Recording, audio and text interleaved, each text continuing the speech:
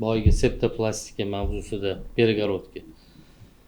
Endi uni o'sha o'z aytdingiz-ku, показания, kimlarga показания bor, u aniqlanadingiz va endi kimlarga umuman yo'q показания yoki burun qiyshiqligi bor, lekin nafas olishda haqiqatdan muammo bordi, lekin unga operatsiya qilish mumkin emas. Bo'ladimi shunaqa holatlar? Bo'ladi, ko'p bo'ladi-ku. Birinchidan yondosh kasalliklar, masalan, sahr bor. Undan baland bo'ladigan bo'lsa, biz olmaymiz. Demak, birinchi sahrni davolash kerak. Tushirish kerak sahrni aytgan. Uzoq muddatga tushirish kerak-da. Masalan, bugun inson oldi, erta keldi, sahri 7 ekan, misol olsangiz bo'ladimi? Yo'q, bunaqa mumkin emas. Ya'ni endokrinologimiz bor. Bizga shu sahrni endi ko'pincha aytadi 9 dan eng pasti 9 baland 9 bo'lsin deydi. 9 dan ko'tarilib ketish kerak emas edi. Men o'zim aytaman 10 dan baland bo'lish kerak emas edi. Xo'p, bu bir. Ikkinchisi semizlik. Haddan tashqari semiz.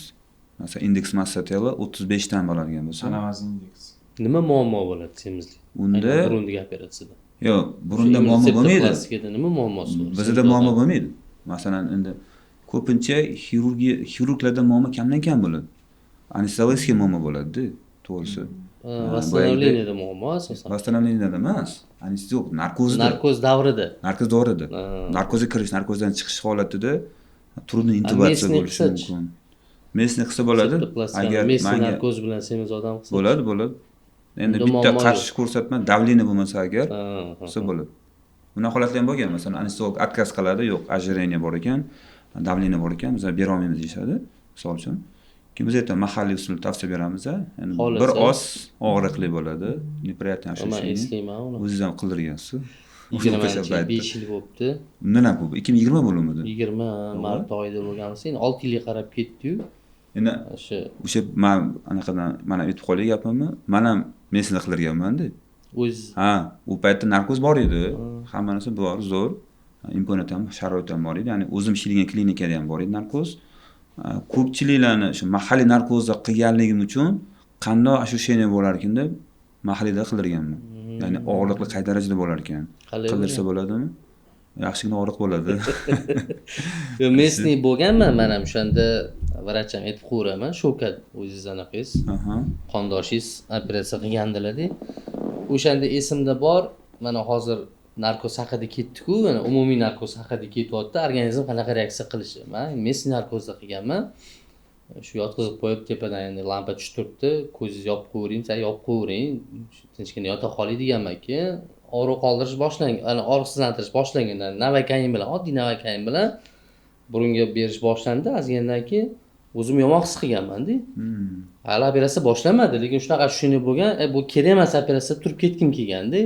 To'xtang, cho'ta g'alati bo'lyapman, mazam g'alati qochyapti, g'alati bo'lyapman desam, ko'zimni ochib keyin bo'ldi degan, Shavkat o'shanda sizda davleniya tushyapti, Navakainga ta'sirchanligingiz yuqoriroq ekan. Bunaqa holat bo'lib turadi o'zimizda-da. Unda asta-sekinlik bilan, ya'ni kam berib chuqurlashib kirib ketaveramiz. Bitada berib olmayman ko'proq dozani turib, qilganini eslayman, o'shanda his qilganman o'zimda qanaqa oddiy Navakainning o'zi ta'sir davleniyam tushganda o'zim yomon his qilganman. Keyin o'sha eng chuqurga kirib borganda ham o'sha ozgina og'riqli joyi bor deganda o'shanda mana shu joyga urg'u bergan. Ko'p xirurglar mana shu joyda qoldirib ketadi. Mana shu joyini olmaydi. Shunaqa. Og'riqli bo'lganligi uchun mesnida bo'lsa olmaydi-da, chiqib ketadi, keyin ana shu осложнение beradi. Odam keyin o'zida yengillik his qilmaydi, yana burun bitish boshlaydi deganda, shu oxirgacha mana shu ozgina baqiraverasiz degan, qattiq his qilganman, og'riq qattiq. Men u yoqqacha bora olmayman degan, og'riq qoldirish uchun. O'sha suyagingizga yaqin joy, o'tgacha bora olmayman, lekin olib tashlash kerak. U yog'iga mujik bo'lib berasiz degan, ozgina. Yo'q, shunaqa deysiz, lekin hozirgi kunda ham, ya'ni kimligini anaqa aytib o'tirmayman shaxsi. Yosh doktorlarimiz ham o'sha siz aytgan joyni olib tashlab ketishyapti-da. Operatsiyadan keyin yana 5-6 oydan keyin burun bitadi. Bu mana 5 yil oldingi Shavkatning gapida, Shavkat degan tashlab ketadi, hattoki yaxshi mutaxassislar tashlab ketganini ko'rganman. O'zimga qaytib keladi kasallik, qayerda bo'lgan operatsiya, palonchida bo'lgan. Desa, mana bu joyda tashlab ketgan, qilmagan shuni turib, endi unga yana boshqatdan kirish kerak, boshqatdan o'sha joyga borish kerak, boshqatdan operatsiya, rasxod, salomatlik. Bitta mana shu joyga kelganda ko'p xirurglarimiz yo eringanidan, yo anaqa qilmay, bu yog'idagi askolkalarni ko'rsatishadi, kasalga mana tog'alarni olib tashladi deyiladi, lekin chuqurda qolib ketgan.